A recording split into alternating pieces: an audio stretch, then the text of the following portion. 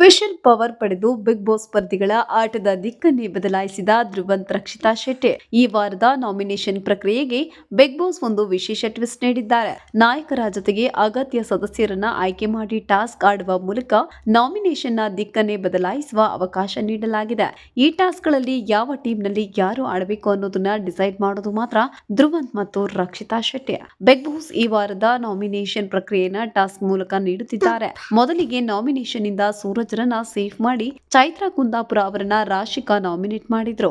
ಇವರಿಬ್ಬರ ತಂಡದಲ್ಲಿ ಯಾರ್ಯಾರು ಆಡಬೇಕು ಅನ್ನೋದನ್ನ ಧ್ರುವಂತ್ ಹಾಗೂ ರಕ್ಷಿತಾಗೆ ಆಯ್ಕೆ ಮಾಡುವಂತೆ ಬಿಗ್ ಬಾಸ್ ಸೂಚಿಸಿದ್ರು.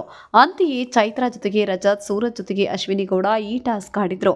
ಕೊನೆಗೆ ಸೂರಜ್ ಪಿನ್ ಆಗಿ ನಾಮಿನೇಷನ್ ಇಂದ ಔಟ್ ಆಗಿದ್ದಾರೆ. ಮೊದಲ ಟಾಸ್ಕ್ ಕಂಪ್ಲೀಟ್ ಆದ್ಮೇಲೆ ಎರಡನೇ ಟಾಸ್ಕ್ಗೆ ತಂಡ ರಚಿಸುವಂತೆ ಧ್ರುವಂತ್ ಹಾಗೂ ರಕ್ಷಿತಾ ಶೆಟ್ಟಿಗೆ ಬಿಗ್ ಬಾಸ್ ಸೂಚಿಸಿದ್ದಾರೆ. ತಂಡವನ್ನ ಆಯ್ಕೆ ಮಾಡುವ ವೇಳೆ ಧ್ರುವಂತ್ ಹಾಗೂ ರಕ್ಷಿತಾ ಮಧ್ಯೆ ಎಂದಿನಂತೆ ಟಾಕ್ ವಾರ್ ಆಗಿದೆ.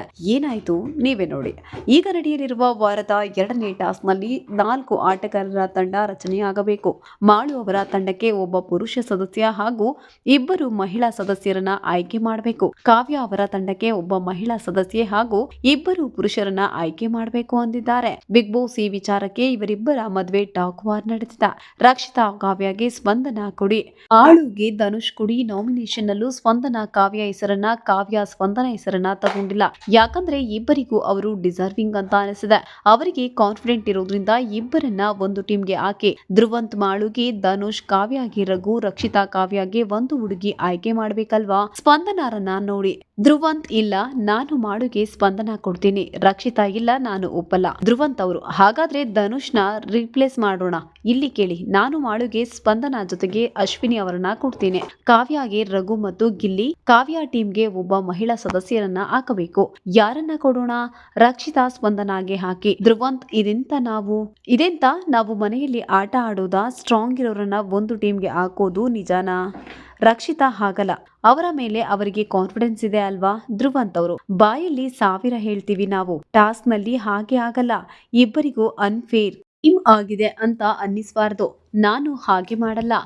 ರಕ್ಷಿತಾ ನನ್ನ ಮಾತು ಕೇಳಿ. ಧ್ರುವಂತ್ ಹಾಗಾದ್ರೆ ಮಾಳುಗೆ ರಘು ಯಾಕೆ ಬೇಡ? ಧನುಷ್ನ ಕಾವ್ಯಕ್ಕೆ ಕೊಡ್ಲಾ? ರಕ್ಷಿತಾ ಇಲ್ಲ ಬೇಡ. ಧ್ರುವಂತ್ ಯಾಕೆ? ಕಾರಣ ಕೊಡಿ. ರಕ್ಷಿತಾ ಅವರು ಈ ಟಾಸ್ಕ್ ನಲ್ಲಿ ಡಿಸರ್ವಿಂಗ್ ಇರೋರು ಸೇಫ್ ಆಗ್ಬೇಕು. ಧ್ರುವಂತ್ ಅವರು ಈಗ ನಿಮಗೆ ಏನ್ ಬೇಕು? ಕಾವ್ಯ ಮತ್ತು ಸ್ಪಂದನಾನ ಆಪೋಸಿಟ್ ಹಾಕಿದ್ದೇನೆ. ಯಾರಿಗೆ ಪೊಟೆನ್ಶಿಯಲ್ ಇದೆ ಅವರು ವಿನ್ ಆಗಲಿ. ಒಂದೇ ಟೀಮ್ಗೆ ಯಾಕೆ ಹಾಕಿ ನಾನು?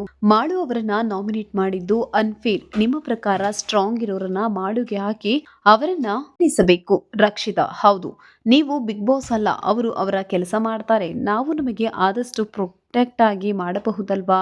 ಧ್ರುವಂತ್ ನಿನ್ನ ಜನ ನೋಡ್ತಾರೆ ಅಲ್ವಾ, ನಿಮಗೆ ಹೇಗಿದ್ರು ಬೀಳುತ್ತೆ. ನೀವು ಹೇಳಿದಂಗೆ ನಾನು ಮಾಡಿದ್ರೆ ನನಗೂ ಸೇರಿಸಿ ಕೊಡ್ತಾರೆ. ಒಟ್ಟಾರೆಯಾಗಿ ಈ ವಾರದ ಇಡೀ ಟಾಸ್ಕ್ ಸ್ಪರ್ಧಿಗಳ ನಾಮಿನೇಷನ್ ಎಲ್ಲವೂ ಧ್ರುವಂತ್ ಹಾಗೂ ರಕ್ಷಿತಾ ಶೆಟ್ಟಿ ಮೇಲೆ ಅವಲಂಬಿತವಾಗಿರುತ್ತದೆ. ಸ್ಪೆಷಲ್ ಪವರ್ ಪಡೆದು ಇಬ್ಬರಿಗೂ ಗೇಮ್ ಚೇಂಜರ್ ಆಗಿರೋದಂತೂ ನಿಜ ಅಲ್ವಾ.